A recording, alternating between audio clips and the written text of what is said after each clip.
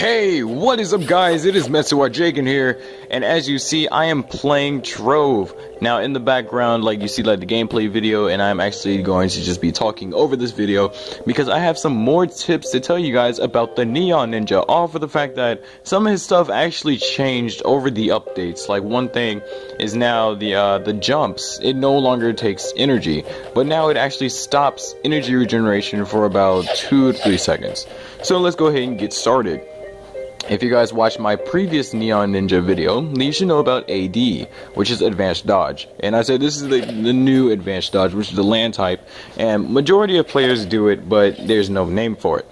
So I said this is a normal Advanced Dodge, but it allows you to go through enemies, and it also allows you to stay on ground level. So unlike normal AD, this doesn't stop energy regeneration.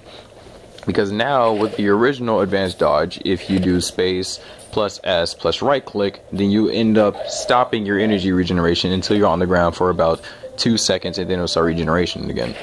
So the input for the land AD is just S plus right click.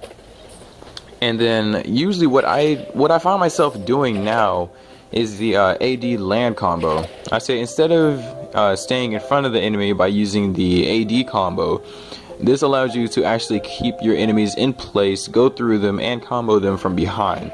So the input is you press 1, then you do land AD, then you pull off your 3 hits, and then you do land AD again. And then after you do that, then you should have your shurikens regenerated. And then you just repeat that process. Or you press 1, do your land AD, do your 3 hits. So once your 3 hits is there, then you press 1 again.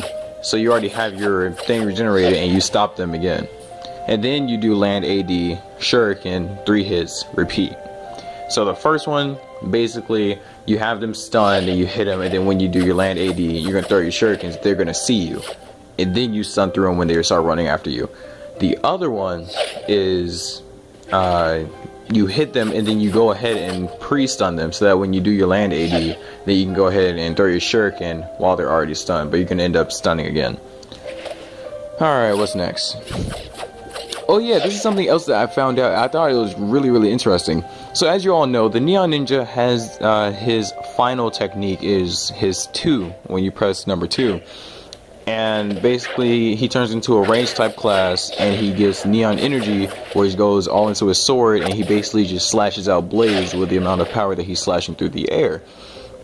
So with this, I thought it was pretty interesting because I said, so I don't know if it's just me, but if you stun the enemy first and then go into your final technique, it seems as if they're stunned for an even greater time. I tested it out, and it only works if you actually activate your final technique right after you stun them. So the normal stun, when you press 1, they stay in place for about 3 to 4 seconds.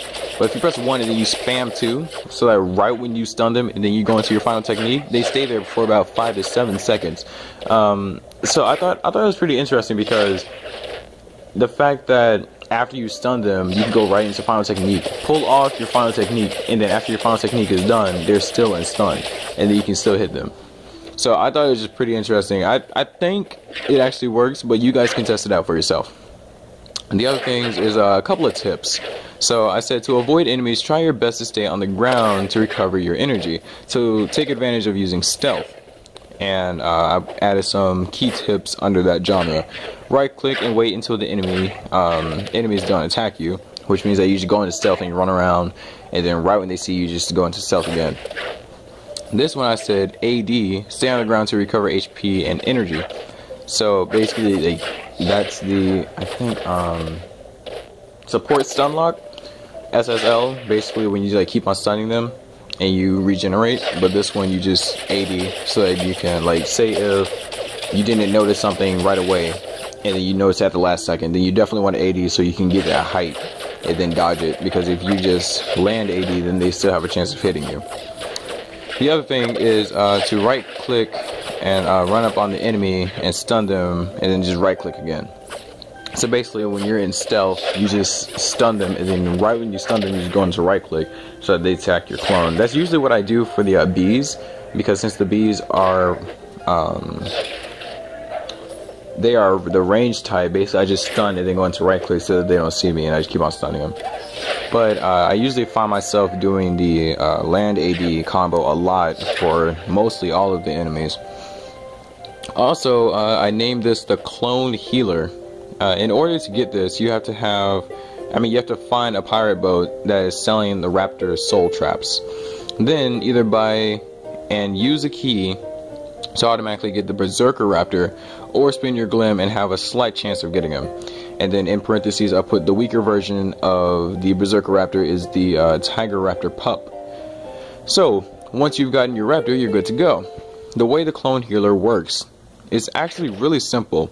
Although it says sometimes an enemy dies, you gain, although it says anytime an enemy dies near you, you gain HP, it also works with your clone. Summon by going to stealth mode. So anytime you're about to get hit, all you have to do is go into stealth mode, just close enough so the enemy can hit your clone and you don't get hit. That way you gain HP without losing some also. So as you see, it's really awesome because I was in a U4 and of course there's going to be a group of enemies. So when I was about to die, I would just stealth, go right in the middle of them, stun them, go right in the middle of them, and then stealth. And so as I AD, they're all going to attack my clone. I gain HP while I'm far away from them. So if you have one of those raptors, it is really, really, really good for the Neon Ninja. And that's about it, because the other one, some of the stuff may like mess up the combo, so I definitely wanted to get this out there for you guys.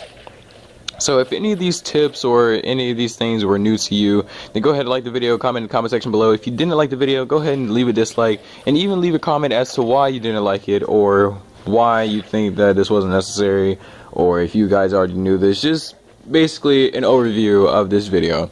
Hopefully you guys enjoyed. This is Jacob, and I'm out. Peace.